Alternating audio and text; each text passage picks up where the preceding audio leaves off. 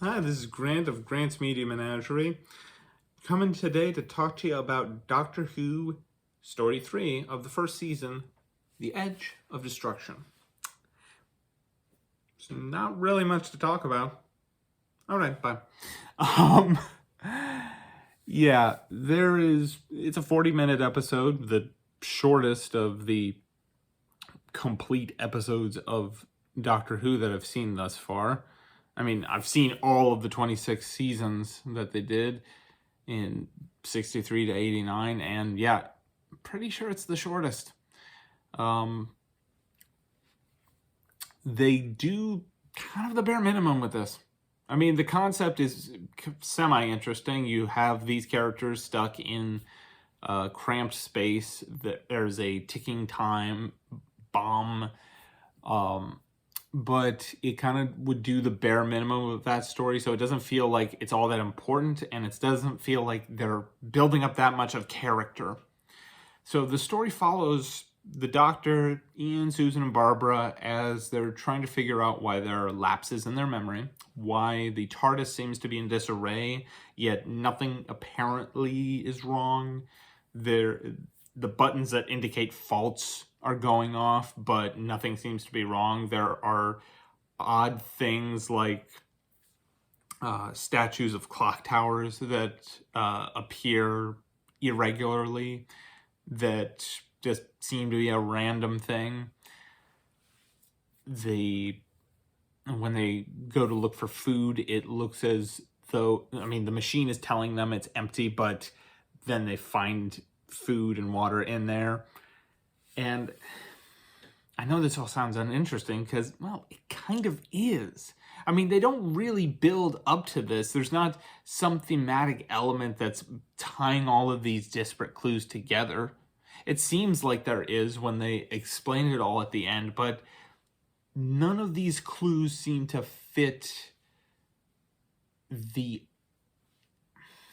what the reveal actually is. And it's not much of a spoiler. It's at the end of the episode, and it's a not altogether interesting episode. I mean, I remember some of the episodes after this a lot more, and I haven't seen them in years, and I remember them a lot more, and I just watched this episode 20 minutes ago. The reveal is just that he basically pressed the rewind button on the TARDIS and it got stuck. That's the entirety of all of the problems. They try to use it to bring out the Doctor's still inherent mistrust in his companions, which that aspect is actually interesting, because if you just go from starting with the ninth Doctor like I did, it feels very off seeing him very paranoid, very skeptical of human beings. So that aspect's interesting, but that's a carryover from the first two episodes. That's not something specific to this episode that makes it interesting. Some of the visuals can be nice, but it's a black and white episode in a spooky, atmospheric place. I kind of expected that. It's not all that much to talk about. I mean, I'm stretching it right now. As usual, the performances are good for what they've got. I mean, if you've got kind of a cookie cutter storyline, the episode either lives or dies by the actors portraying it. And because I can say this is a passable episode, you can skip over it and miss nothing, but you also aren't actively offended, I would have to say then the performances are good. And it's written just concisely enough to feel like it doesn't drag, which is good, because if this episode did drag, I could call this a bad episode. With that said, that's about it.